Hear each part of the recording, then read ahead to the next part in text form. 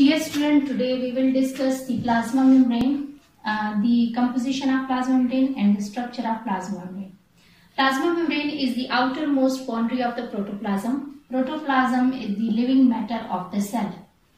Plasma membrane is found in prokaryotic and eukaryotic cells.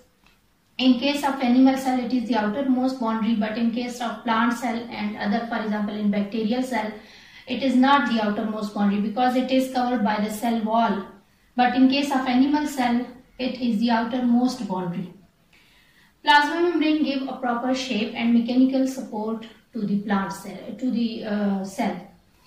Now let's discuss the composition of the plasma membrane. Plasma membrane is composed of the lipids, proteins and carbohydrates. The content of lipids are 20 to 40%, proteins are 60 to 80%, and carbohydrates are found in small quantity. The lipids found in the plasma membrane are usually in the form of phospholipids or cholesterol or sterols, etc. The proteins are found in either as a structural protein or as a functional protein. Structural proteins are those proteins which are involved in making the structure of the plasma membrane. And functional proteins are those which are involved in some type of function of the for the plasma membrane. Carbohydrates are found usually in the conjugated form. Conjugated molecules are those which are made up of two or more molecules.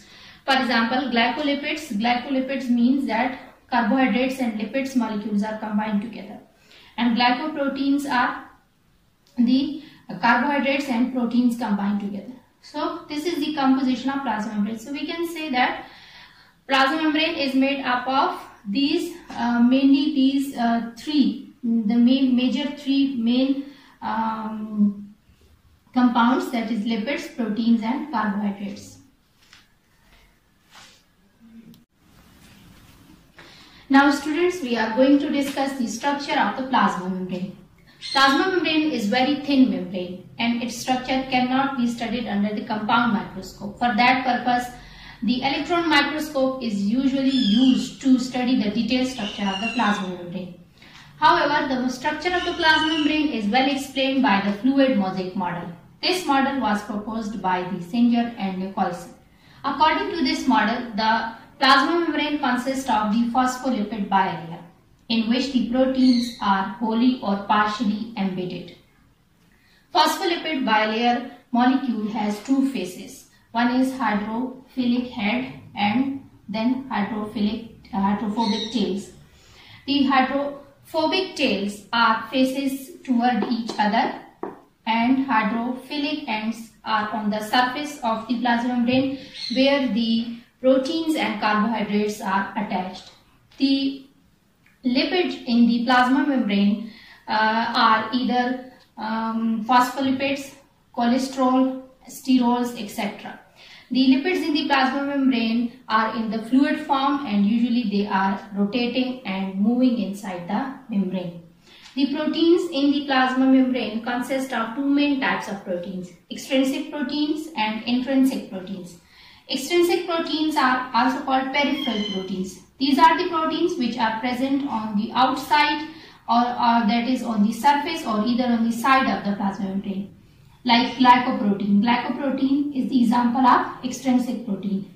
Intrinsic proteins are also called integral proteins. Integral proteins are those proteins which are fully embedded in the plasma membrane. Like these are integral proteins because they are fully embedded in the plasma membrane.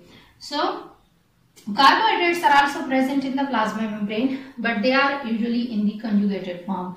Carbohydrates are either attached to the lipids or either attached to the proteins. When the carbohydrates are attached to the proteins, they are called glycoproteins. And when they are attached to the lipids, they are called glycolipids. Now look at this diagram. This diagram shows us the detailed structure of the plasma membrane. This diagram is usually the fluid mosaic model diagram. You can see here that this is the lipid bilayer. You can see the proteins here. This is cholesterol, glycoproteins, glycolipids, and then phospholipid molecule here.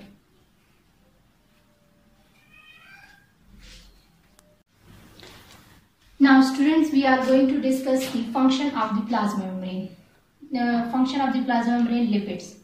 Lipids are much important chemical compounds present in the plasma membrane. The lipid bilayer provide the basic structure to the plasma membrane. It also restricts the entry and exit of the polar molecules. The phospholipids and cholesterol control the fluidity of the plasma membrane. Fluidity is one of the important characteristics of the plasma membrane. At the low temperature, the fluidity decreases. How? Because at the low temperature, the phospholipid molecules do not have much kinetic energy, due to which they cluster together more closely and increasing the intermolecular interactions. And when there is increase in the intermolecular interactions, this decreases the fluidity. So the fluidity decreases at the low temperature. While at the high temperature, the fluidity of the plasma membrane increases. The process becomes opposite, because at the high temperature, the molecules of the phospholipids have high kinetic energy. They overcome the intermolecular forces and thus increasing the fluidity. But the cholesterol have very much complex relationship with the fluidity of the plasma membrane, because the cholesterol, that is especially the steroids at the low temperature, fill in the phospholipid layers, disrupting these intermolecular interactions and thus increasing the fluidity. And at the high temperature, the process becomes opposite due to these cholesterol. So we can say that lipids are more important for the plasma membrane in order to maintain their fluidity at the different temperature. Dear student, as you know that proteins are very much important. They are either structural or functional in nature when we have studied the structure of plasma membrane.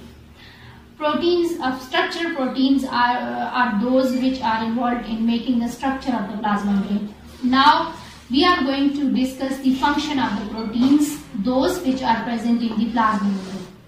The first is the channel proteins and carrier proteins. Channel protein, as the name indicates, these provide the channel to move the molecules from the extracellular space to the inside cell. Channel proteins are usually lipoprotein in nature and they are involved in passive transport. It means that they do not utilize energy to move the molecules across the membrane.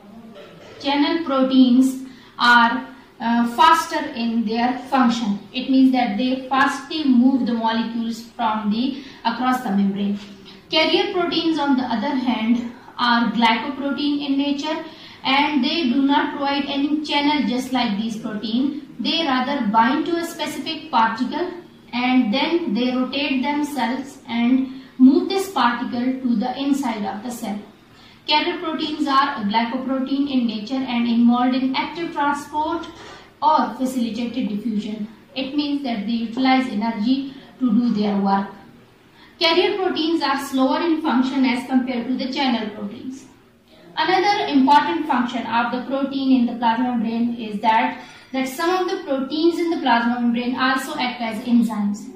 Enzymes, as you know, that they are biological molecules and they convert the complex to simpler substances. So, in this case, the enzymes are also present in the plasma membrane layer. Like adenylate cyclase is the enzyme which converts the ATP into cyclic AMP.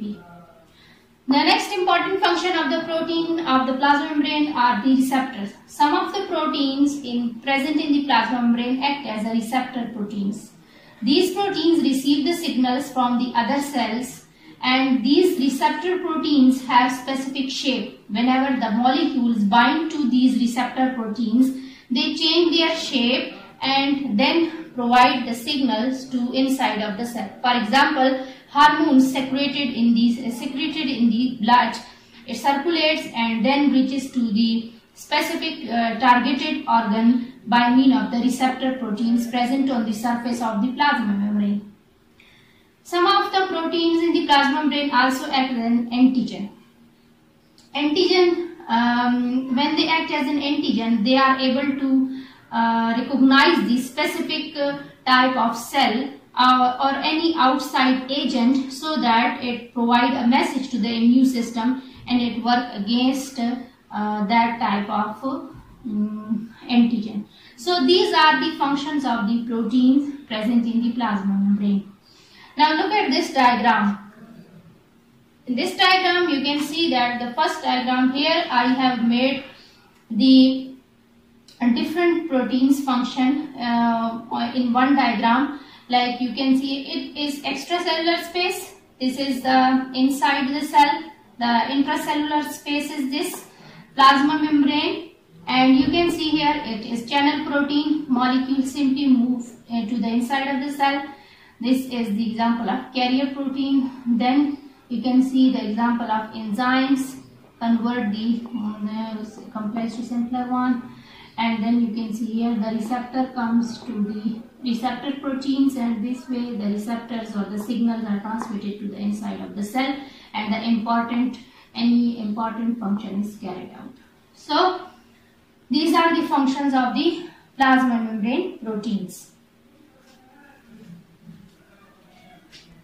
Dear student, you know that cell has an important plasma membrane on it. Cell is continuously interacted with its surrounding environment because the components or the compound that is prepared inside the cell must be transported to the environment, or from our surrounding environment the substances must be moved inside the cell. First of all, why the transport occurs through the plasma membrane? In order to obtain different nutrients required for the cell activity, to excrete the substances, the waste substances, when the chemical reaction takes place inside the cell, the waste substances are produced that must be excreted out of the cell.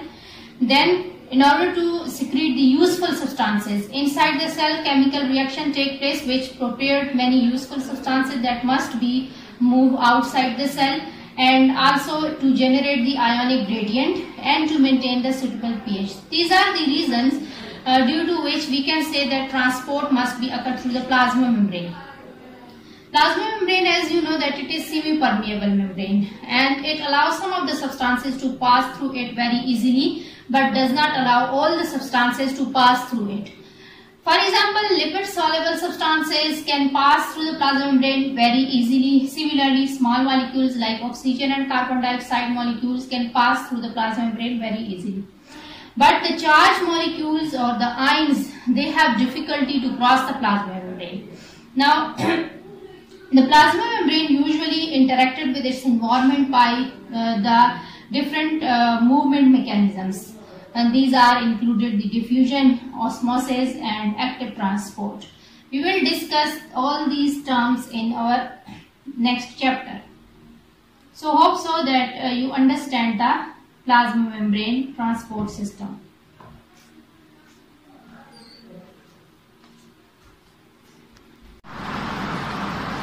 Now student, let's discuss the cell surface marker. The cell surface marker is basically the identity of the cell. Each cell has its own specific marker. It is just like a name tag. As you see in different shops, in front of the different shops, the names are written in front of the different shops, due to which you can recognize that which type of shop is this. Or you can see in your college or school that in front of every room the classes are mentioned, that this is first year class, second year class. So this is basically just like that every cell has its own identity, and this identity is due to the cell surface markers. The cell surface marker are basically glycoprotein or glycolipids in nature, and what is the purpose of these cell surface markers? Basically, the cell surface markers are involved in cell-to-cell recognition, due to which it helps to form the tissues. Each cell is then differentiated from the other type of cell by these cell surface markers. So this is again one of the important function of the glycoprotein and glycolipids, that they act as a cell surface marker for each type of cell.